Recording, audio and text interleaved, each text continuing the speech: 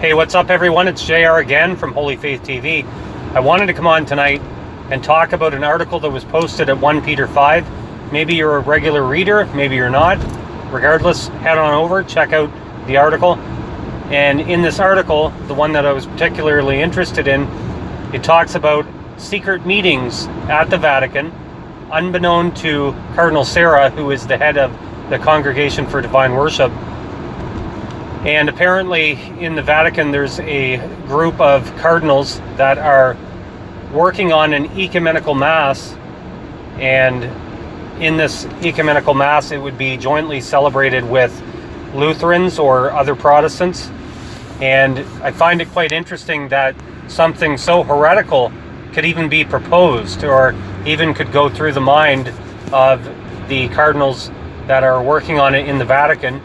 But apparently the cardinals that are working on it, according to the Italian journalist Tosatti, I may have the pronunciation wrong on that, but according to this reporter, it's a secret commission.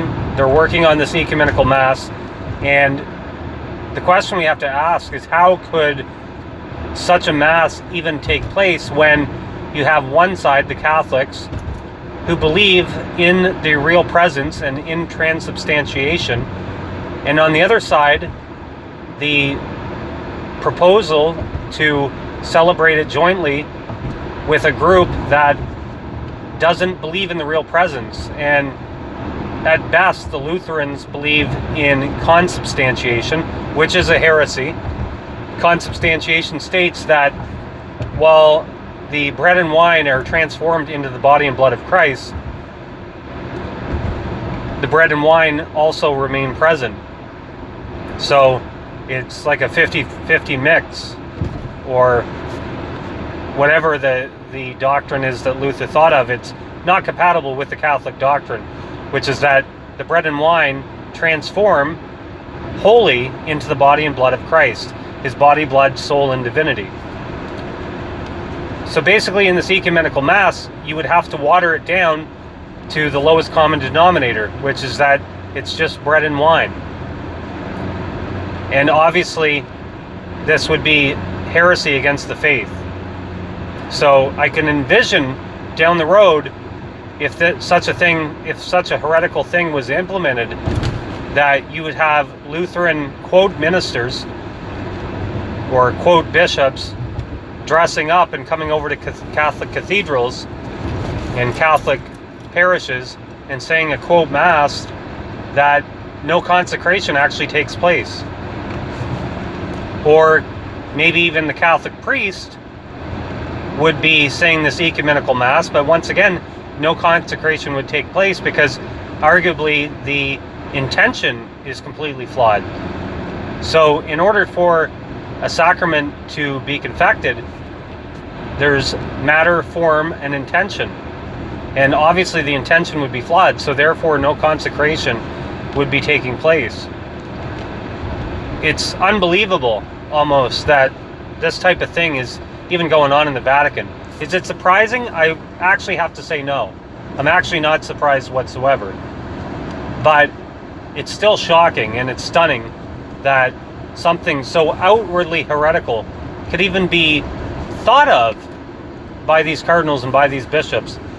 And it shows what a sad state the church is in doctrinally, and the fact that, according to this article, the Pope is well aware of what's going on and well aware of the existence of this commission, and he realizes that this is heresy against the faith, because he's purposely keeping Cardinal Sarah, who's known as a conservative and liturgically is conservative, he's keeping him in the dark about this, when that's his position, is to oversee the Congregation for Divine Worship.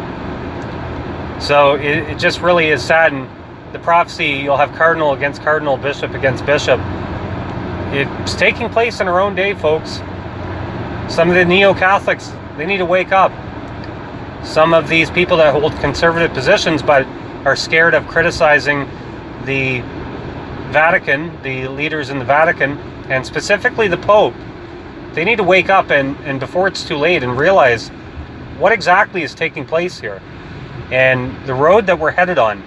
And if we don't start to call out things as they are, rather than these rose-colored glasses that we're trying to see things through, then we're going to be in a lot of trouble down the road. And you know, for years, people have debated back and forth about the Society of St. Pius X, as an example, about are they in schism, are they not in schism? Is this really the debate that we need to be having at this point, when the church is on fire all around us and seems to be taking in water? Our doctrines that are dogmas that should be completely untouchable are now being called into question. And they're not only being called into question by an odd bishop here or there. The highest level of the leaders at the Vatican are calling into question the long-standing, unchangeable doctrines of the Catholic faith. It's time to wake up, people. It's time to band together. The people that still hold the faith, whether you go to a Society of St. Pius X chapel, whether you go to a Fraternity of St. Peter chapel, maybe you go to a diocesan Latin Mass, or maybe, you know, even if you go to the Novus Ordo, but yet you still hold the faith, it's time to band together and realize that these are some very, very difficult times that we're living in, and the faith is directly under attack. And we need to band together more than ever at this time to keep the Holy Catholic faith alive, and to keep it in our families, in our parishes, and to resist these errors that are coming from, even in some cases, the highest authorities in the church. That's all for now.